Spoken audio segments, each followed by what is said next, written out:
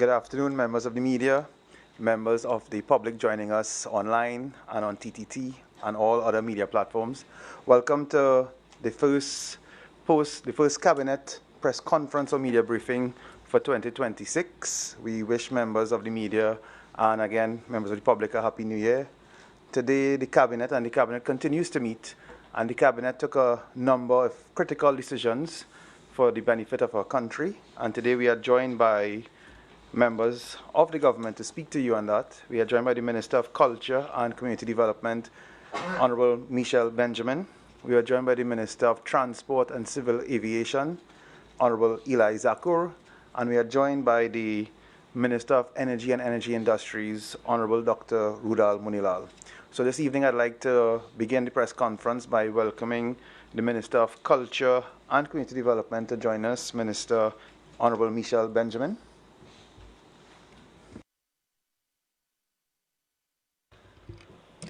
Good afternoon all. Good afternoon to the media houses present and Trinidad and Tobago.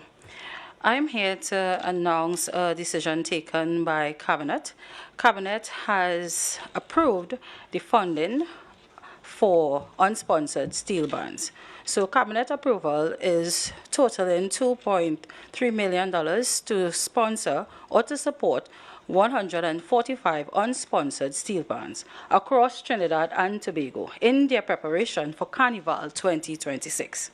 This financial assistance will provide $20,000 to each conventional steel pan and $10,000 to each single pan, enabling them to undertake essential activities from chroming of the pans, repairing, purchasing new instruments, and of course, undertaking transportation costs.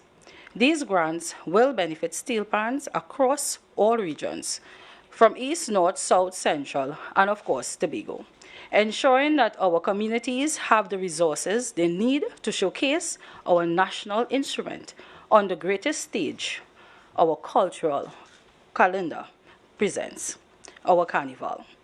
This government remains firmly committed to preserving and promoting the steel pan as a cornerstone of our cultural identity.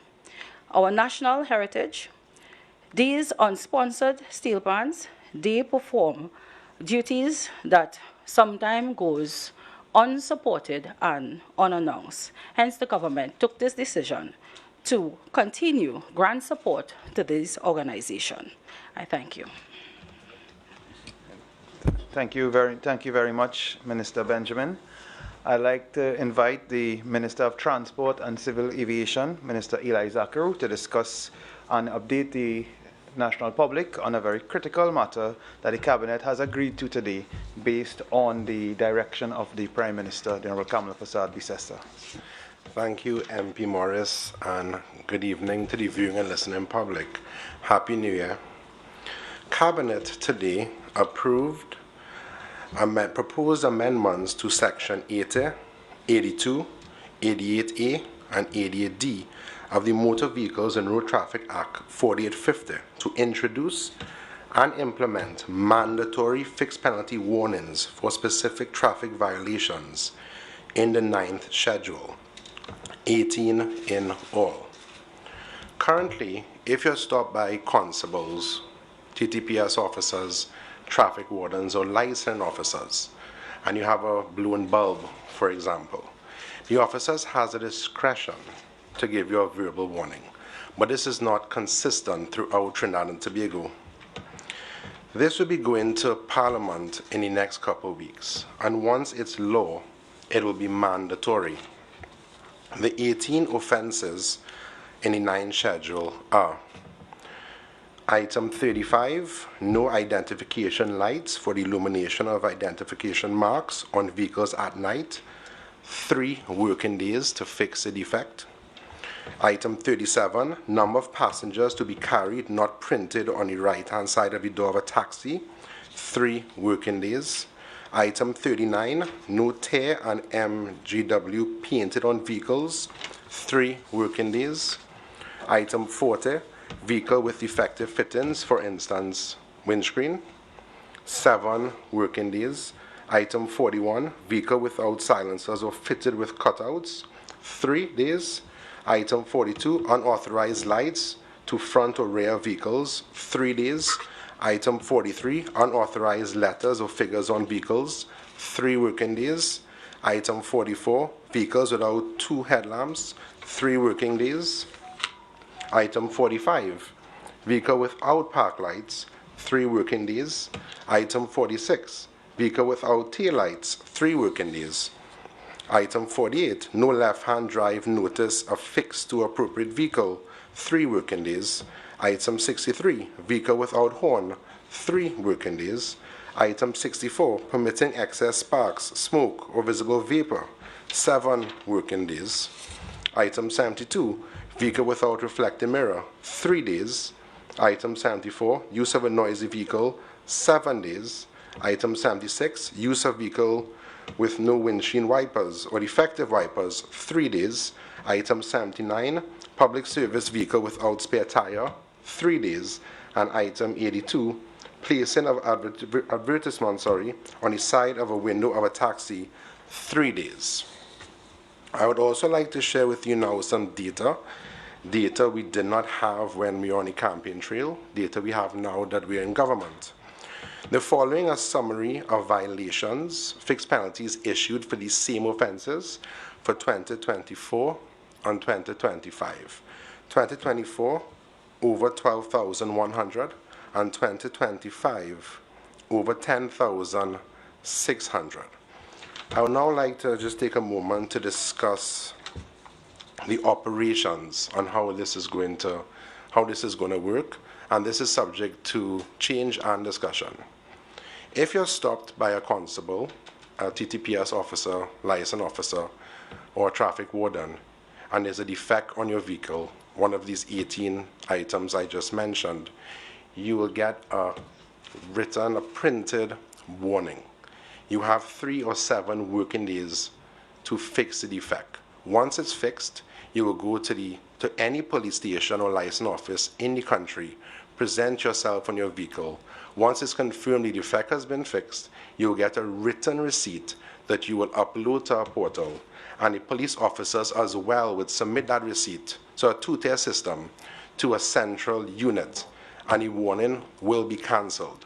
If you do not present yourself, the warning automatically becomes a fixed penalty notice. I thank you.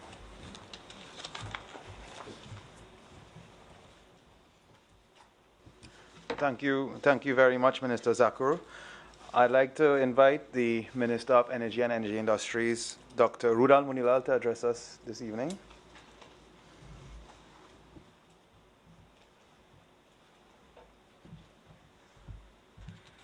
Thank you very much, the Honorable Nicholas Morris, Cabinet colleagues at the head table, members of the press, ladies and gentlemen. May I begin first by extending to all of you and your respective families a very happy New Year 2026, and to wish you, on behalf of the Honorable Prime Minister and the government, all success, peace, happiness, and indeed safety in this new year. Ladies and gentlemen, today, just to update you, Cabinet approved a very important, a very fundamental policy statement and position and project involving the Ministry of Energy and Energy Industries. You will recall that upon entering office, the Honorable Prime Minister called upon the Ministry of Energy and Energy Industries to work harder, to work smarter, to ensure that the stakeholders in the energy sector and along the supply chain in the energy sector receive the sort of care, the work, the push, the necessary facility required to advance investment. There is no secret about it that during the period 2016 to 2024 into 2025, this sector suffered from a tenure of energy poverty with drastic reductions in the production of natural gas, reduction in the production of oil, and indeed a curtailment in several areas within the sector.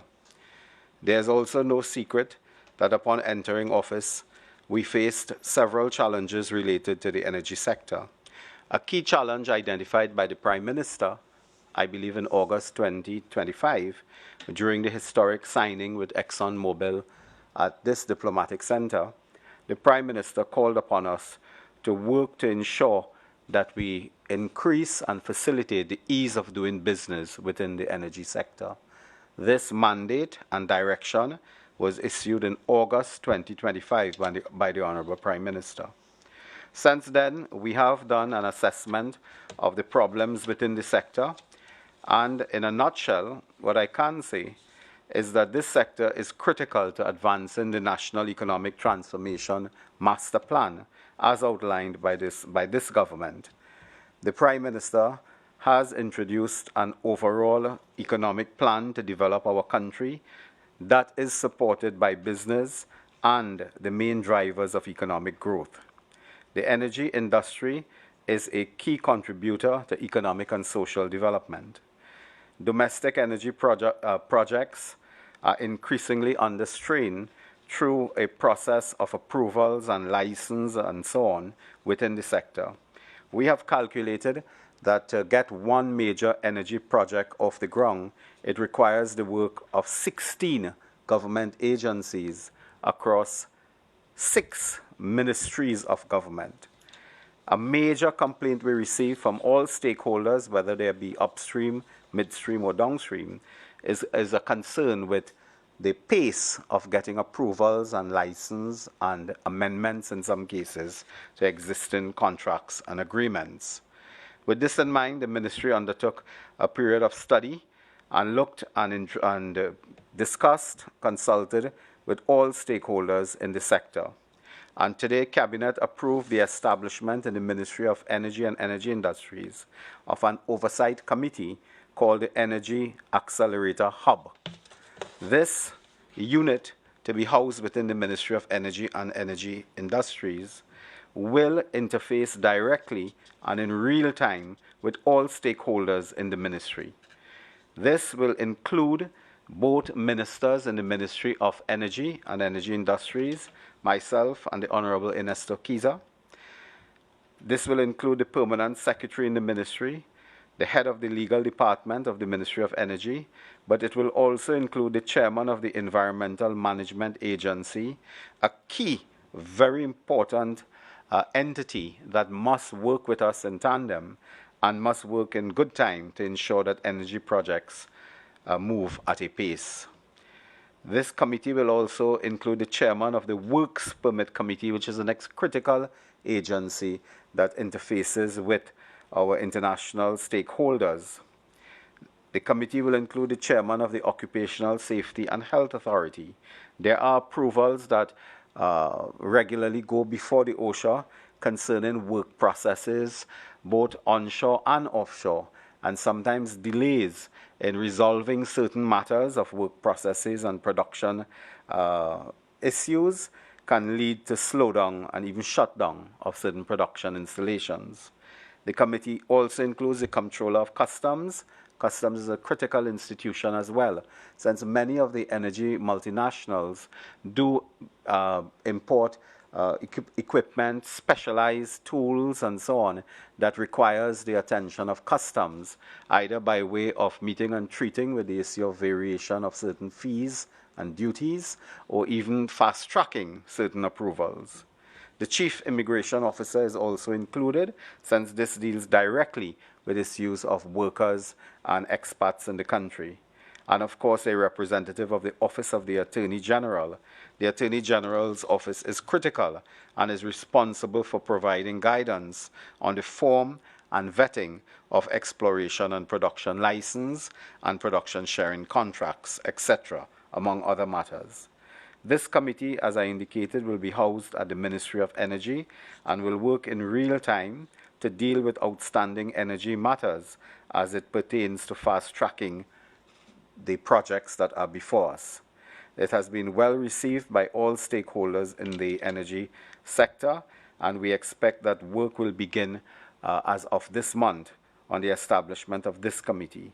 It will also involve as its terms of reference, the duty to evaluate approval processes and activities falling under our jurisdiction, the monitoring of the processing of requests for approvals in the sector with necessary interventions, to identify bottlenecks in the approval processes of energy sector activities under our purview, and to provide periodic reports to the Cabinet on the work of the Accelerator Hub.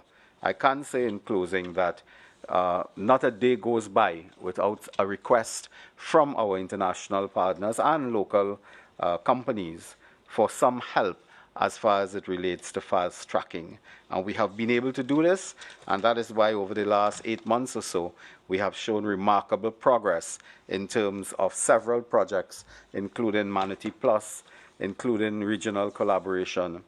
Might I remind members of the press and the national community that citizens of this country are the resource owners, and the government is accountable to the people. It is in recognition of this action that in the last budget, ladies and gentlemen, the Prime Minister directed that certain actions would be taken to reduce the price of super gasoline at the gas station pump by $1 per litre. Ministry analysts indicate that this initiative affected positively 400,000 vehicle owners, which incidentally account for 40% of the total number of vehicles. We expect that in terms of the owners of vehicles and owners of vehicles and so on, we expect that we were able to, that citizens and owners were expected to save around $200 each per month per vehicle. In all, we have saved over citizens have saved over $200 million over the period. We also have revitalization of investments. I will not go into detail, but most of you are aware of the return of ExxonMobil.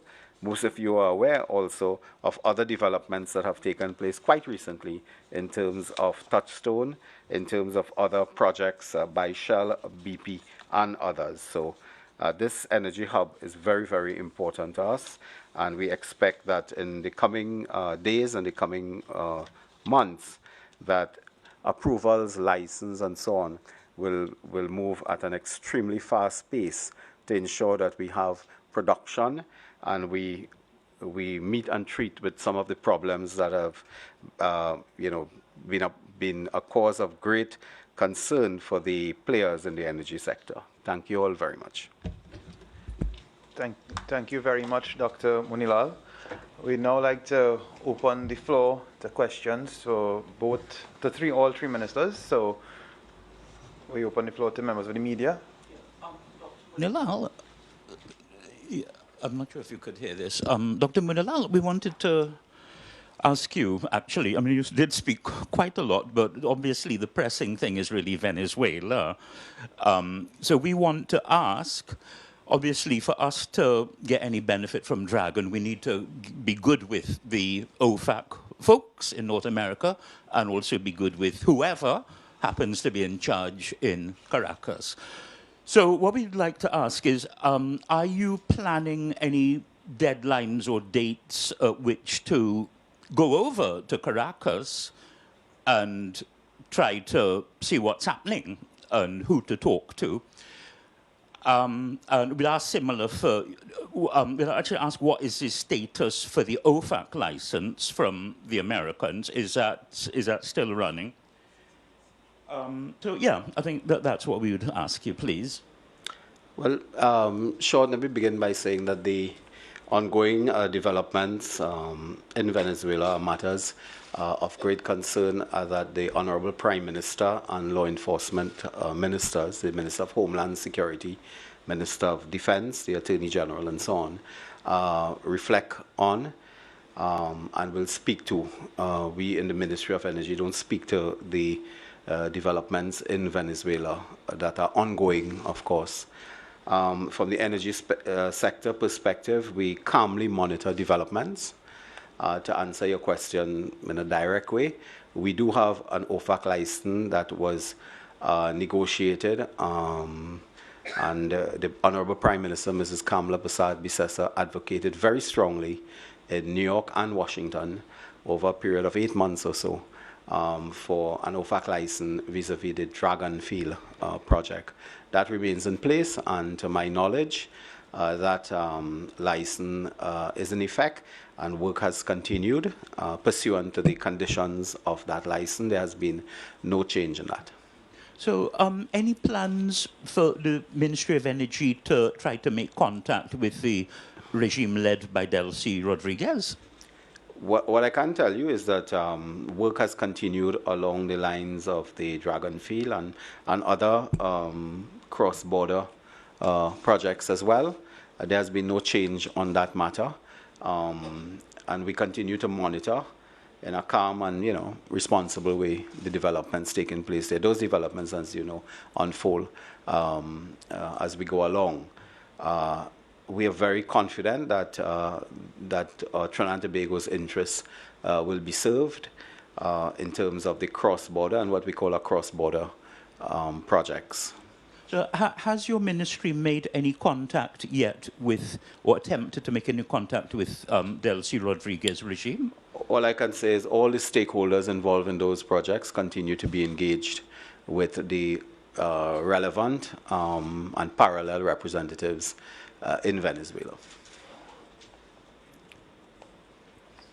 Good afternoon, Kay Marie Fletcher, Guardian Media. Minister, you just said Trinidad and Tobago's interests will be served. I'd like you to expand on that a bit. We're hearing talks about the United States saying that they plan to begin selling Venezuela's oil because of our interests being served and our close relations with the United States. Does that mean that Trinidad and Tobago will have first preference in buying this oil? Well, let me repeat my repetition. Trinidad and Tobago's interests will be served. The Honorable Prime Minister has worked very hard to ensure that Trinidad and Tobago's interests is served. And we continue with our arrangements that were in place before. We have had no change of course.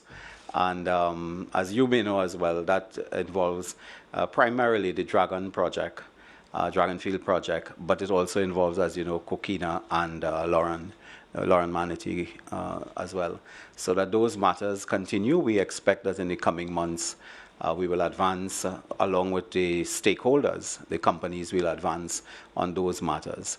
In terms of regional cooperation, I can tell you that we have had discussions with officials in Suriname and Guyana. We have been in touch with the Honorable Minister of Natural Resources there, the Honorable Vikram Bharat. We have, of course, had good engagement with the government of Grenada.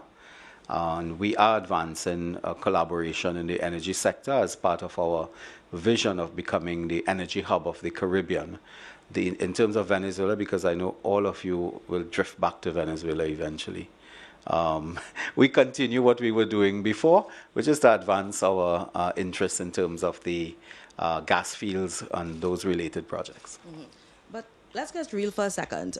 Persons are saying, let's get real as in what people are saying on the talk, right? But I hope I wasn't unreal. Okay, no. Persons, members of the public, right, are saying that Venezuela was invaded, the United States want to take their oil, Trinidad and Tobago is benefiting from this. Trinidad and Tobago had some parts to play in this. As the energy minister, that's why when I mentioned let's get real, I want you to talk to the people of Trinidad and Tobago that are saying Trinidad and Tobago has benefited from this, or Trinidad and Tobago are getting things from this. What do you have to tell them? Let me go back to my statement, because as I know, I had a sense that all these questions will eventually anchor their way back to Caracas. Mm-hmm. Let me get back to saying that those matters are matters primarily for the Prime Minister, ministries involved in law enforcement and Homeland Security, Defense, the Honorable Prime Minister. I prefer not to comment on developments in Venezuela, the United States, or in fact anywhere. I comment only to let you know that our arrangements that were in place prior to December, involving the cross-border and the across-the-border gas fields, those arrangements continue and the stakeholders continue to work. And we are not far in terms of our timelines and our schedules. But just for clarification's sake, didn't the President Maduro cancel all plans that we had with Trinidad and Tobago? I've said before in the press that we don't operate on the basis of just what we hear what we read, what social media is saying, and so on. Agreements have been in place in this country with Venezuela for some years now, and to our knowledge, we have not received anything that suggests that any arrangement has changed. Officially, we have not. We continue to work, but I also want to indicate as well for people who are Venezuela paranoia and so on, that the Trinidad and Tobago has really done precious little business with Venezuela vis-a-vis energy. We are involved with several major countries of the world in partnerships. But we have never been involved. There's no commercial relationship in the energy sector. What we may have had is some agreements, some memoranda of agreement, and so on over the years signing. But with all the developments, which I will not, address, is not my portfolio, we have not lost a dollar. We haven't gained a dollar, but we haven't lost a dollar. We simply don't have commercial relationships on that issue. What we have had is some agreements to advance, particularly on gas field issues. And that continues. The stakeholders there have been working, and they continue to work. So there has been no change in that arena. Mm-hmm. Well, can we just ask something? Yeah, two people spoke. No, but you are very important, No, but I mean, Michelle is important too, but...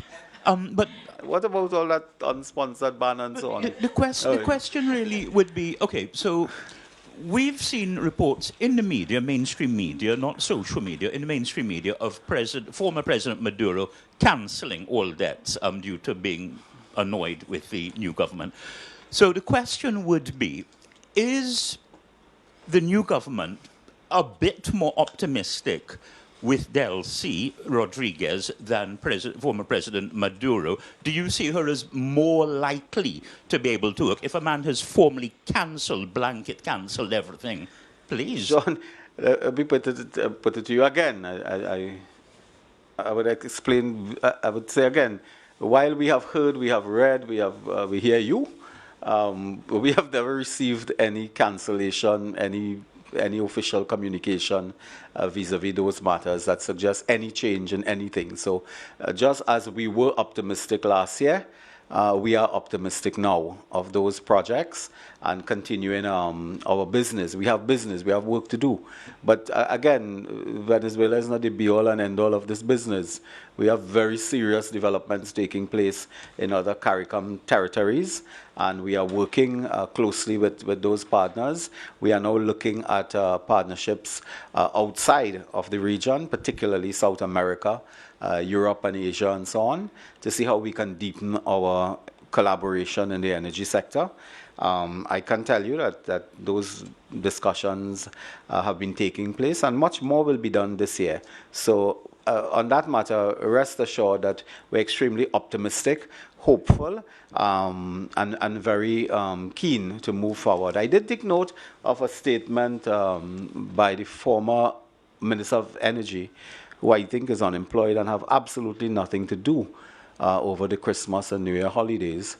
But I did take note of some statement he was making about energy matters and so on. I don't need to assure him that, we are extremely confident that the PNM and himself will not return. So that gives us an even greater reason to be confident in the future of the sector.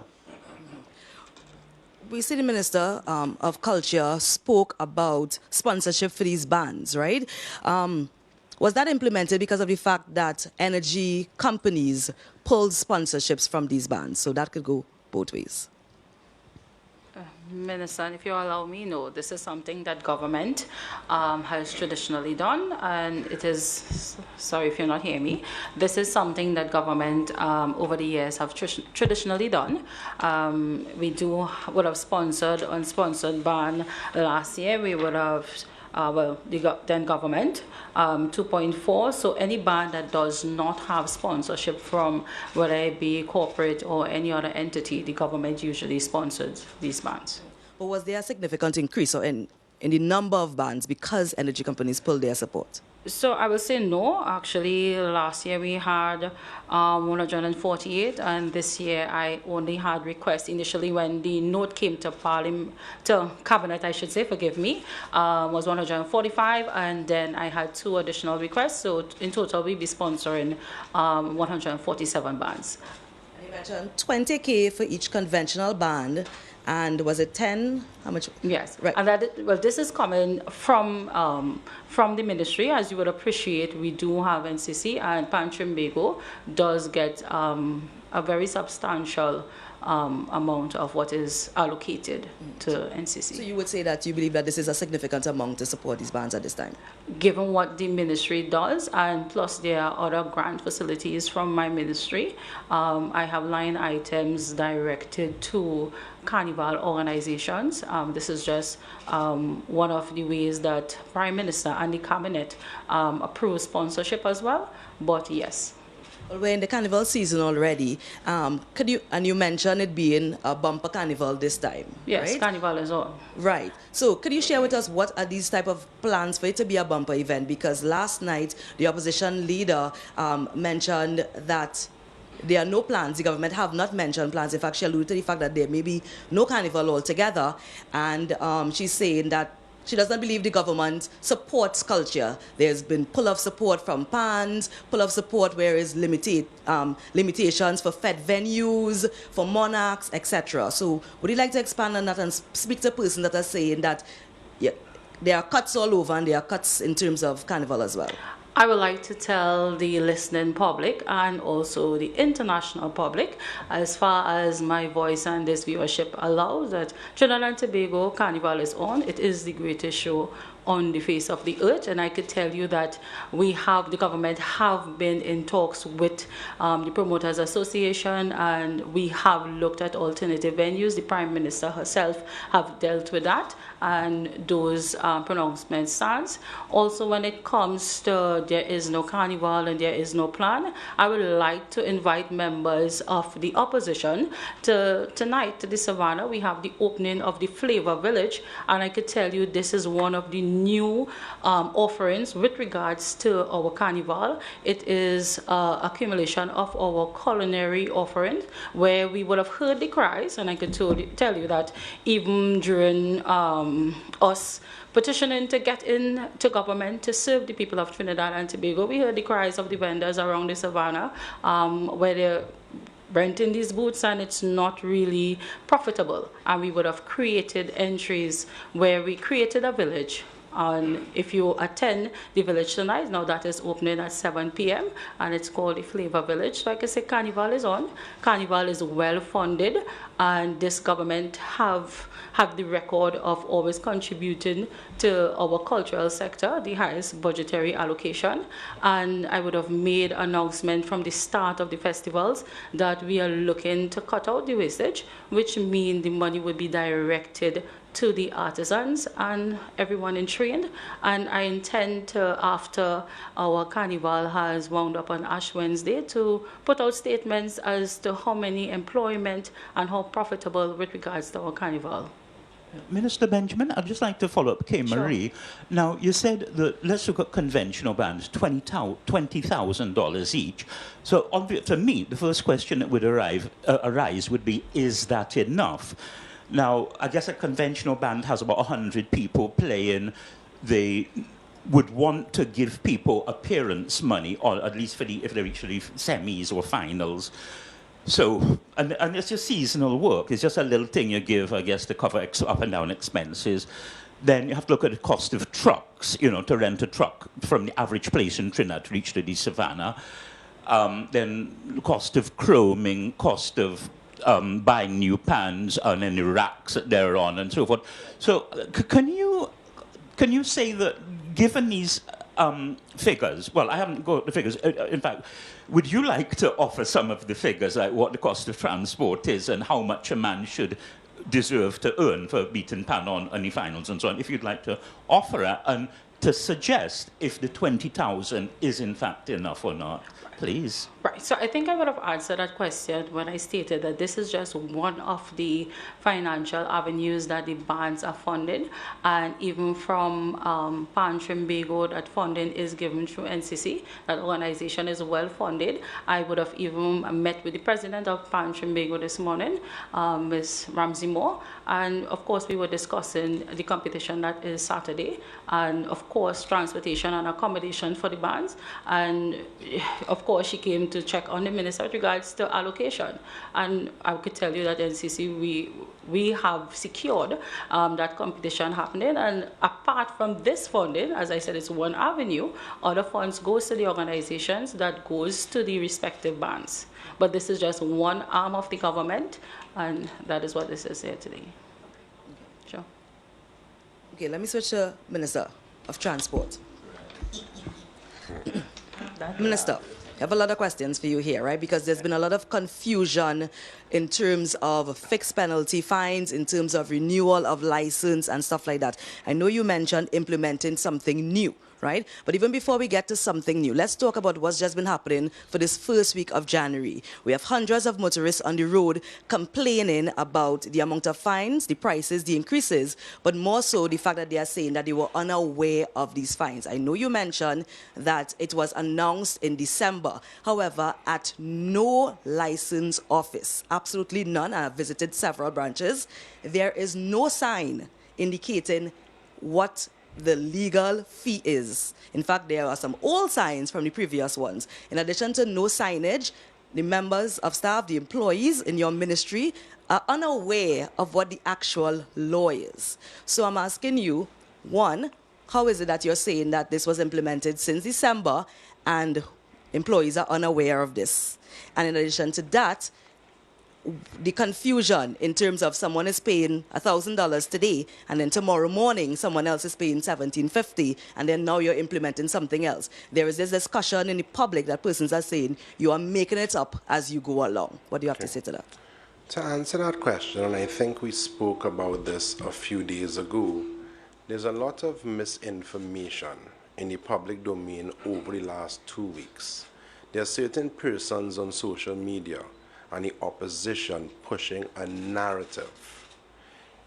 In one example, the mainstream media is also getting some of the information from some of these unverified sources, which to me is also very concerning. Journalists has a responsibility to get information from verified sources directly, and that has not been happening.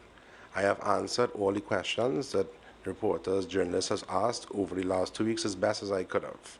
And I answered a lot yesterday. Now, when I spoke yesterday regarding Section 61A, that was specific to the late renewal fines. That was in the finance bill which was debated in both houses of Parliament on December 5th and December 9th. Regarding increase in fines, that was done by order, which I signed on December 22nd, which went into effect on January 1. As I indicated, the government had to act decisively, immediately, to address what was going on, the lawlessness on our nation's roads. Regarding the staff indicating they did not know, the staff was well aware of these new fines. They were informed of it weeks ago. And I think I answered that when we spoke, I think last week or this week. So who's lying here? Because I spoke to members, I spoke to license officers, I spoke to cashiers, and I spoke to motorists, right? And the cashiers, persons in the offices are saying, well, we only got a message yesterday evening, on our phones, That's one thing. And that's license officer unfortunate. says he's confused. So Well, you as the that's- minister saying they are aware weeks now. That's What do we believe? unfortunate that there are persons, even within, pushing a particular narrative for whatever reason. I don't want to speculate, but it's a narrative being pushed. And I would like to clear that now. Going back to one thing I did not mention regarding the change in price, and the Transport Commissioner did issue a release, and I think he spoke to you on this as well. When they were entering the new prices on the system, the information for 2 of the offenses were entered incorrectly. 600 for over 1 year and under 6 months, and 1,000 for over 6 months and under 3 years. This was uncovered and it was changed immediately the next day, which was Tuesday. And I answered this as well at the press conference yesterday. It was a human error. Okay.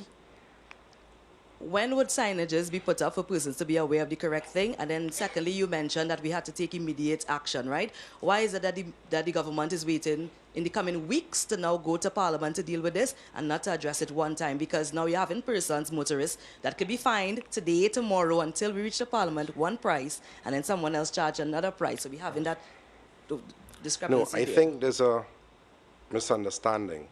This has to do with violations in the 9th schedule of the Motor Vehicle Act.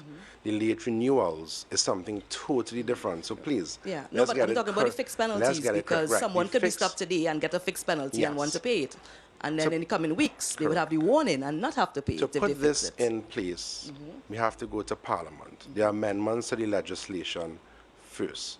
Once that is done, this could be done by the minister. From time to time, the minister could change or amend the violations, change or amend the days to fix the defect, or the locations where somebody goes. Until then, there will be no grace period. So I'm speaking to the motoring public to please ensure that you have no defects on your vehicle during that period. Please. But I'm asking, why the wait? Well, we have to prepare to go to Parliament. That will take, and it will be going to Parliament in a couple of weeks. And you don't find a couple of weeks is a long period of time. That's what I'm asking. Just to interject here for the minister, the reason we are going a couple of weeks to Parliament is because it has been the precedent of parliaments before us, before this government, that they usually meet at the end of January. So it's not an issue of the government just telling you a couple of weeks we'll bring this. The Parliament usually, after Christmas, sits at the middle to the end of January. So it's really an issue of when the Parliament So it's restarts. just a matter of formality. Formality. So it's not an issue of the minister delaying anything or the government, but the Parliament itself starts back at the latter half of January. You mentioned it being a digital thing, it has to upload. Is it that portal is already set up? Because we've seen when there's announcement of something going to be online, and we know the minute everyone jumps online, it crashes the same day. We're not a digital society as yet. How does that work? As I just indicated, this is subject to discussion and change. We have already met, we're going back, we have already met with the Office of the Attorney General regarding this today, and I've already met with the IT team to put in place from now the portals that we will utilize to upload the receipts that will be issued at the police stations or the license officers. But you didn't answer the question when I asked that when would the signs of the laws be put up for everyone my to be humble aware? apologies. And do you believe, or what do you have to say to persons that are saying you are making it up as you go? Same question. I think I did answer it, ma'am. Persons have to be very careful in what the sources on social media. They have to be very careful. When you called me on Tuesday and you were writing your story, you told me you got your information from a particular person on social media. That was That's not, also let me stop you very... right there. I never that was mentioned it, getting it on social media. I said I well, had a copy of a memorandum from the a particular Transport place. Commissioner. No, from a particular place that it was on social media. But we don't have to go. I'm No, just we saying... just had to clear that up because we as have to traditional be- media, as a journalist, no, one second. careful. I do not collect my information from social media, so let's clear that up one time. I called you, in fact, and I asked you to make it clear to the public what the fines are. You did not even want to go on record to clear up what the fines were. So let's just make that I clear. do remember I was actually in a meeting, and I told you I will have the Transport Commissioner call you as soon as possible. I forwarded your contact information to him, and he did call. But I was in a meeting. I walked out of the meeting to take your call, ma'am. Right. So to answer, when would the But signs the signs are actually going up now, ma'am, as in today? from Said yesterday. no, from yesterday. So tomorrow morning, when motorists go to the license office, they would see the signage with the new legal fines. You being should. up. And we'll begin an update from the Transport Commissioner right after postcap today. Okay, so you're not making it up as you go. That was the No. question, not answered. Good afternoon, Prior Bihari, EZB News. I guess you Mr. Zakuru. Mr. Zakuru, when you have this new system where you have to go to a police station to verify that you fix the defects, Yes. we are seeing a lot of lines and chaos at licensing department. I mean, police officers, always say they're short-staffed, they're understaffed. What are you ensuring a system in place that there wouldn't be any sort of backlog and lines and things like that at a police station? That was discussed. I've already spoken to the Minister of Homeland Security. There will be several consultation sessions on that matter. Regarding what's going on in license offices, I mentioned yesterday, the reason why there's an influx at all the license offices, persons are now coming to transfer their vehicle years after it was purchased. It wasn't done within the legal time frame, within 7 days. What persons have been doing, they have been delaying for the motor vehicle tax, as you know, changes different brackets as the years progress. They were waiting for the tax to go down, and they are running into issues where the persons who would have sold them the vehicle, unfortunately, may have passed. So persons are running into some predicaments right now. So please, I'm asking motorists that if you purchase a vehicle, please transfer it within a legal time frame. Persons are also coming to renew their driver's permits late. To this point, over 1,000 persons have came to renew their driving permit late, along with persons who are coming within the legal time frame. That's why there's an overspill at license office. I know we have some system challenges, and I had a meeting with IT again today.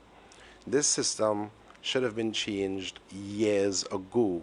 This is something we inherited. The previous government did nothing to fix this issue, but we are working tirelessly to update the systems at license office currently. We're just asking the members of the public, please work with us and bear with us during this time. Yeah, yesterday you had a press conference, as the Minister of Transport at the party headquarters. Yes. Do you think that's appropriate, to have a function as a government minister at the headquarters of a political party? Yes, that political party is the party in government. I see nothing wrong, and this came up on Sunday as well. I see nothing wrong with that. We are ministers of our party. Nothing is wrong with being in our headquarters. Hi, Minister Benjamin. You spoke about consultation with the Fed promoters, and of course, there's a ban on Unicode facilities, like stadiums and things. What is the solution? What conclusion you all came to concerning that? And it was in the public domain, as I stated, that spaces were made available in the Savannah as well with CDA. So there were spaces that was allocated. And in terms of arrivals for Carnival, do you think... Excuse, in terms of? Arrivals for Carnival. Do you think the situation in Venezuela may affect that? In other words, people may not come given what is taking place in Venezuela?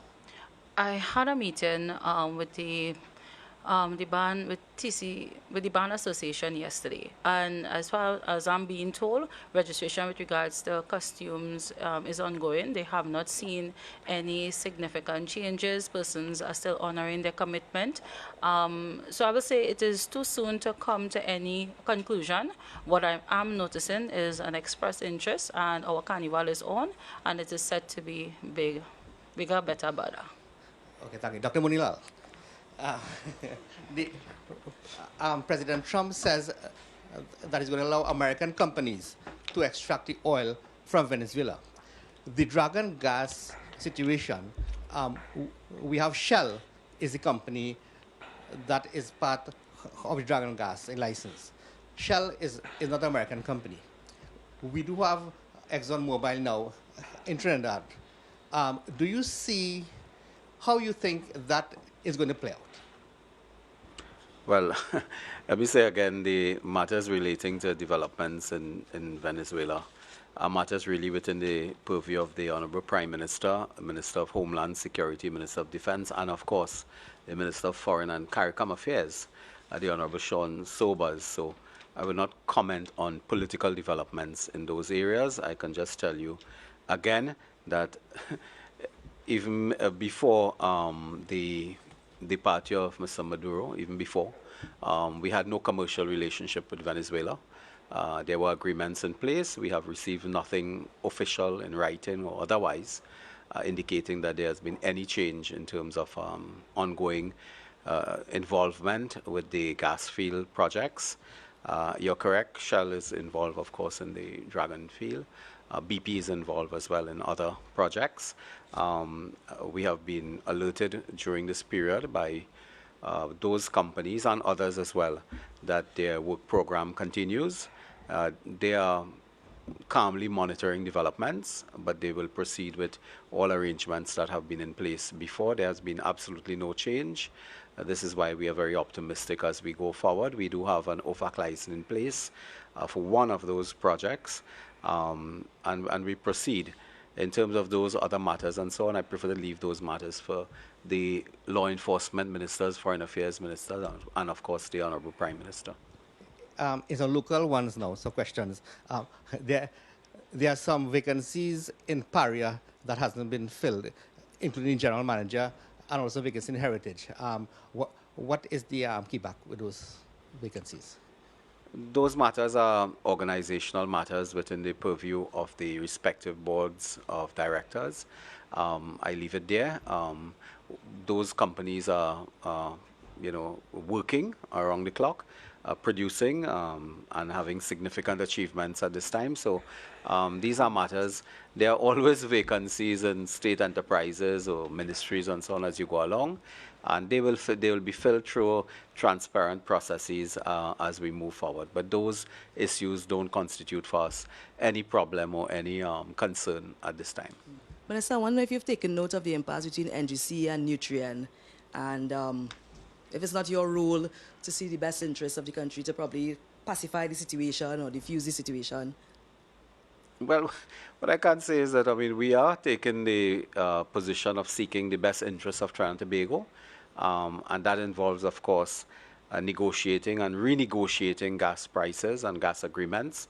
One of the major issues that has led to some of these developments is the failure of the former regime and the often voluminous speaking former Minister of Energy, that over 5 years or so they were not able to negotiate properly gas agreements with several of the downstream entities. That has led to a crisis. They were not able to negotiate and settle pair-user arrangements, contracts. That has led to a concern. So their failure, their neglect, their unwillingness, their incompetence led to several concerns that we face now that we are working with. The NGC is working with all the downstream entities right now in terms of negotiations for new arrangements for the sale of gas. I have heard from some of the entities, because we monitor it at the Ministry of Energy. Some have expressed their willingness, and in fact they have expressed their appreciation for the manner in which NGC and other entities have been working with them during this period, where a lot of those agreements should have been negotiated and settled prior to April 2028. They were not, and we are now working on that. So we continue to monitor. We have a lot of interest in the downstream sector, as you can imagine, and that has spiked in the aftermath of, obviously, recent developments. That has spiked. We have our door is going to be broken down anytime now by investors coming to us and wishing to participate in the energy sector. The NGC, Heritage, Paria, and others are working around the clock to ensure that we have this sort of investment. What I can tell you in closing is that between 2025 to 2028, and just in that short period of time, we expect $9 billion United States dollars investment in the economy through the energy sector. And that relates not only to the upstream, but also to the downstream sector. So we are very optimistic. Transport Minister, you mentioned 18 offences for this new warning system. Yes. But I know there are many offences under that particular section of Yes. the Act. Close Why to that 100. particular 18? What's the rationale behind that? These are the offenses that have defects to vehicles. These are the defects that you'll be permitted to fix during the 3 working days or the 7 working days. I would have listed all the 18. Hi, good evening. Sonal Lala, TTT News Minister. Yesterday, the Prime Minister would have put out on social media that you would have provided that some information that a small minority of traffic wardens, licensed officers, and TTPS officers have been abusing the system. And she went on to say she cannot let this behavior continue. What exactly has to happen? How difficult it is to see about this exact issue? Okay. Information came to us as indicated that there are small group of persons, constables, Trinidad and Tobago Police Service, licensed officers, and even traffic wardens harassing motorists. I cannot speak for Minister Alexander, who oversees the TTPS. However, the license office and the traffic wardens do fall under my remit, and I will be having discussions with them of their attitude when they're on the nation's roads. At this point in time, is there any redress for motorists or possibly a notice or something like that? Contesting the ticket, sorry? Yeah, so everyone is within their right to contest a ticket at the courts. Just for clarification, if one contests a ticket, is it possible for persons to still have transactions carried out at licensing office? So is it that when you finish contest and go to the courts and so on, then you can have transactions? Yes, but nothing is barring you from, for instance, renewing your permit. If you do have unpaid tickets and there are citations, you have to go a TT post to pay. Once those are released, you could then renew your permit. Just finally, for me, the Transport Commissioner, Clive Clark, during the Joint Select Committee yesterday would have pointed out that the red light enforcement camera system and the spot speed system, I think tenders have already been going out. He said once that's gone out, it's awarded. It could be implemented within a year. What exactly has to take place? Is it just software, or the cameras have to be procured as well? And how soon do you think this could be implemented? Is a year realistic? Actually, it's at the evaluation stage. And yes, it's a mix between software and hardware, because you need the cameras as well. Minister, if we are going to Parliament at the end of month to implement this new warning system, why not delay the increase in fees in these payments? And I'm asking that because people are saying they have no money to pay these fees, where they're going to get the money from, and members of the public, law-abiding citizens, are afraid that this will cause an increase in crime because now a coconut vendor or somebody else have to find $19,000 to pay a ticket. They don't know where they're going to find it from, so therefore they think that persons are going to take money illegally. What do you have to say to that? Why not delay it since you're going to Parliament just now? Are you referring to the increase in fines in the 9 schedule or 61A? I'm referring to all of the increases that members of the public say that they have no money to pay. The only persons who have to worry are persons who break the law. Law-abiding citizens have nothing to fear. And as I said yesterday, I make no apology. This is our position. We are doing this to ensure compliance and save lives. In the last, from May 2020 to present, over 605,000 fixed penalty notice has been issued. The lawlessness on our nation's roads were worse than we previously thought, as I indicated yesterday. As I also mentioned, in 2021, 2022, 2023, the road fatalities increased, and in 2024 it went up by 22%. In 2025, it went down by 10%, and that's without the demerit point system. The demerit point system did not work in 2021, 2022, 2023, and 2024. And let's go more with data. As I indicated yesterday, when I came into office, over 9,700 persons were issued letters of intent to disqualify, and another 9,100 had racked up enough demerit points, but the process had not yet started for disqualification, and nothing was done. There was no follow-up after those letters went out. There was no follow-up. But the demerit point system was supposed to act like a warning system. How does this differ from your system? No, it wasn't a warning system. It was double jeopardy. You're penalizing someone twice. It was not effective. And as I mentioned yesterday, persons with 12, 14, and 15 demerit points were being disqualified, but persons with 150 to over 200 remained on our nation roads. So this government had to act decisively of removing those demerit points from the 69 violations in the 9th schedule. Okay, Minister, I wanted to Sean, ask... if I may just go to Ciudad, please. I believe that we have to balance the entire conference. There are two other journalists with us. So, yeah, there are other journalists with us. So, Ciudad, if you could ask your question now, thank you. I've been waiting long. I mean, by the time I take the passing micro, I was just going to ask quickly, when can people access a period of grace, 3 days or 7 days? Is it now that they can access, or they have to wait till Immediate. So just going back to what I said. Right. When you're stopped and a defect has been identified, one of these 18, you'll be given a warning, a printed warning. From that moment, you will have 3 or 7 working days to have the defect addressed.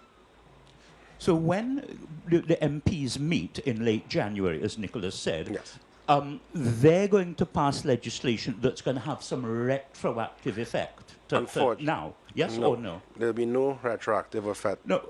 Okay, this is extremely confusing because what I want to find out is when is it that from what time will motorists be able to access a grace period? So they have to wait till after the MPs have met in late January? Yes, we have to amend the legislation in the lower house and then at the upper house. Right. So thereafter, Mr. Douglas. I'm just going to reiterate the question that my colleague here asked.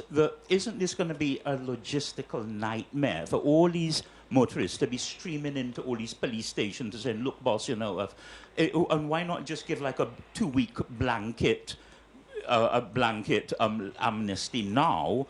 And, you know, why not just let people get their stuff in order? You'll have 2 weeks to get in order. Wouldn't it be a lot easier and simpler for people to understand? Thank you. I'm asking all motorists to please ensure that there's no defects on your vehicle. You have a responsibility as a motorist to ensure there's no defects on your vehicle, sir.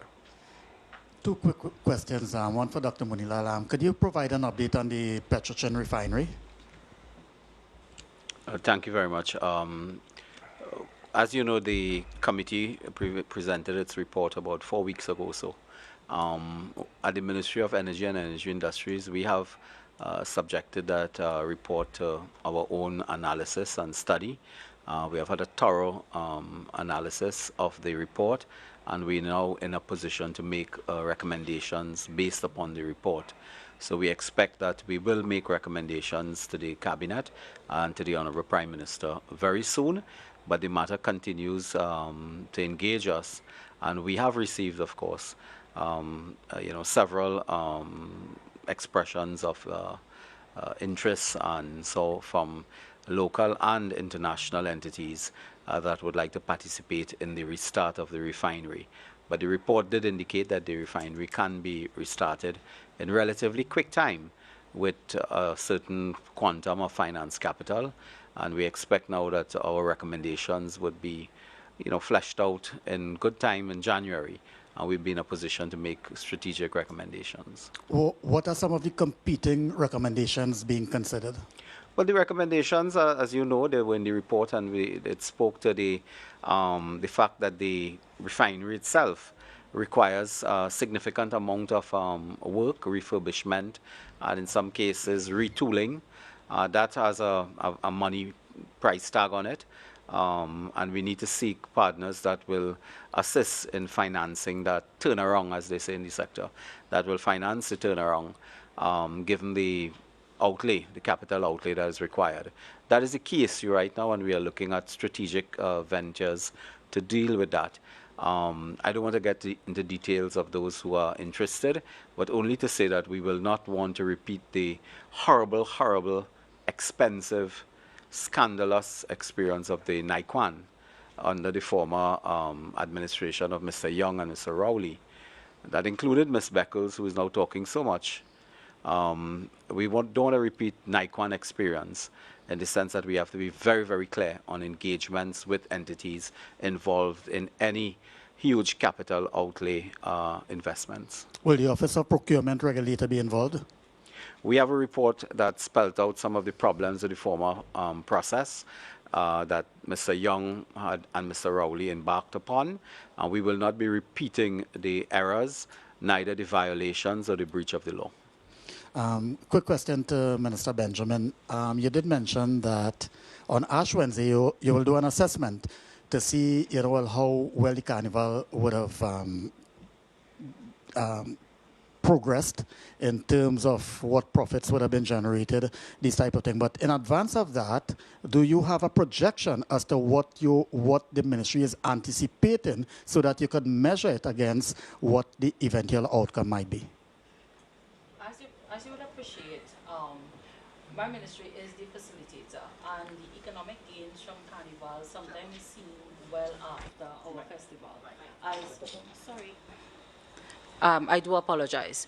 I began my answer by saying, as you would appreciate, my ministry and NCC, we are just the facilitators for the carnival product. What the government does is put an injection of funds into the economy, and that shows from our hoteliers to entrepreneurs to the artists, and that injection is seen coming back to the government during the course of the year.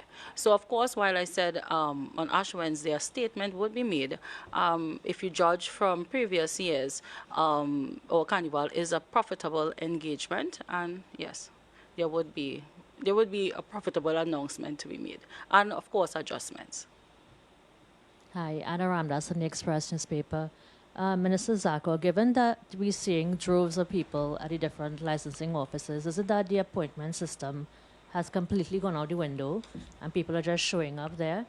And secondly, when I was at license office on Monday, I saw people, elderly people, 60 plus, they were being turned away. Can you explain why that happened?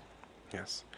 So your first part of your question, the appointment system is still in place, but with the influx of persons coming to the license offices is somewhat of a challenge. Persons were turned away on a few days because of system challenges. I think Tuesday it went down a few times for up to, I think, 6 minutes in one occasion. But that is also being addressed.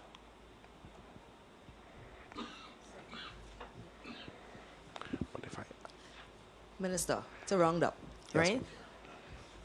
The concerns that persons are having with all of these fines, right? I know you're saying it has to do with lawlessness and persons breaking the law. Some members of the public are taking offense to that because they're saying they are law-abiding citizens and their license expiring today and having the appointment tomorrow does not make them a lawless person, right? So there are law-abiding citizens that still have to pay an increase in fines. We're talking about renewals and these late penalties, right? There's a fear that this will cause an increase in crime. I know that you're not the minister responsible for that, but you're the minister responsible on the transport. Do you think because of these fines and these increases, that one, that would have a ripple effect because of the charges that you're implemented to have crime? And also, do you think that the crime that could cause would affect the profits you expect to make for Carnival? So it's a two-part thing. Yes. No, I do not believe so. And to just go back, under regulations 20, persons could renew their driving permit up to 30 days before. And you could also renew a driving permit online. Class 1 and Class 3 could be done online, where your license is delivered to your home or office. And since January 1st, we have seen an increase in persons renewing online. I went to the website and I clicked on a link and it said not found error 000. So I don't know if it is the website up to date. I went through that website today, yesterday, a few times yesterday. But like technology, there will be sometimes there may be connectivity issues on your end or our end. But I would also like to add another reason why there's an influx of persons at license office is because of inspections. Now, as you know, on January 5th, the inspection station mandate has expanded. I want to remind the motoring public that public service vehicles, for instance, taxis under 2,270 kilograms, could go to over 77 inspection stations, including VEMCOT. And goods vehicles, trucks and trailers over 3,200 kilograms could go to VEMCOT. They don't have to go to license office. And there is signs up in license office stating this as well. And what we have been doing, or what license officers has been doing, they have been walking the lines every morning and telling persons they could go to VEMCOT and other stations, especially taxis and trucks, and they have been going. because we saw an increase of those inspection stations as well, including VEMCOT. And how do you feel about those figures? And I'm asking this because persons are generally concerned. I know when people are thinking we're asking the questions over and over, but the public is really concerned about this, right? So jumping from 1,000 to, is it 1,750, right? Who comes up with the logistics of these final figures? Are you comfortable? Do you believe that that is a fair enough figure? Okay, Marie, I think the Minister of Transport has addressed the country 2 times in but 2 days. But he's about to answer that last one, so please, thank you. What I will answer by saying that, and I mentioned this a couple of times, the previous fines lost their effectiveness. Persons were treating these fixed notices as a minor inconvenience and not a major consequence. Okay? There's definitely a need, ma'am. Where's the Prime Minister? We're hoping to see her for the New Year in the press conferences. The Prime Minister is actually chairing the Cabinet, as we've said from the very start when we started these conferences at this location, and I've said it here, that this is not a post-Cabinet briefing, it's a Cabinet media briefing because Cabinet is currently going on. When you entered this room, the Prime Minister was chairing the Cabinet. Under this administration, the Cabinet is not half an hour, 1 hour. We have a lot of issues to discuss, a country to run, and the Cabinet is very lengthy. So the Prime Minister is chairing the Cabinet and a host of other meetings. The Prime Minister has, in the New Year, spoken to the country a number of times through you all the media. I mean, just last night, the Prime Minister was spoken to the media on this issue. This issue came to the Cabinet, and here's the Minister of Transport. So I think the Prime Minister is doing her job and speaking to the country. So we thank you very much for joining today's press conference. Thank you all. Again, we had 3 critical issues: preserving and strengthening our culture, ensuring road security and safety, and re-energizing the energy sector. It's a government working for you. Thank you very, very much.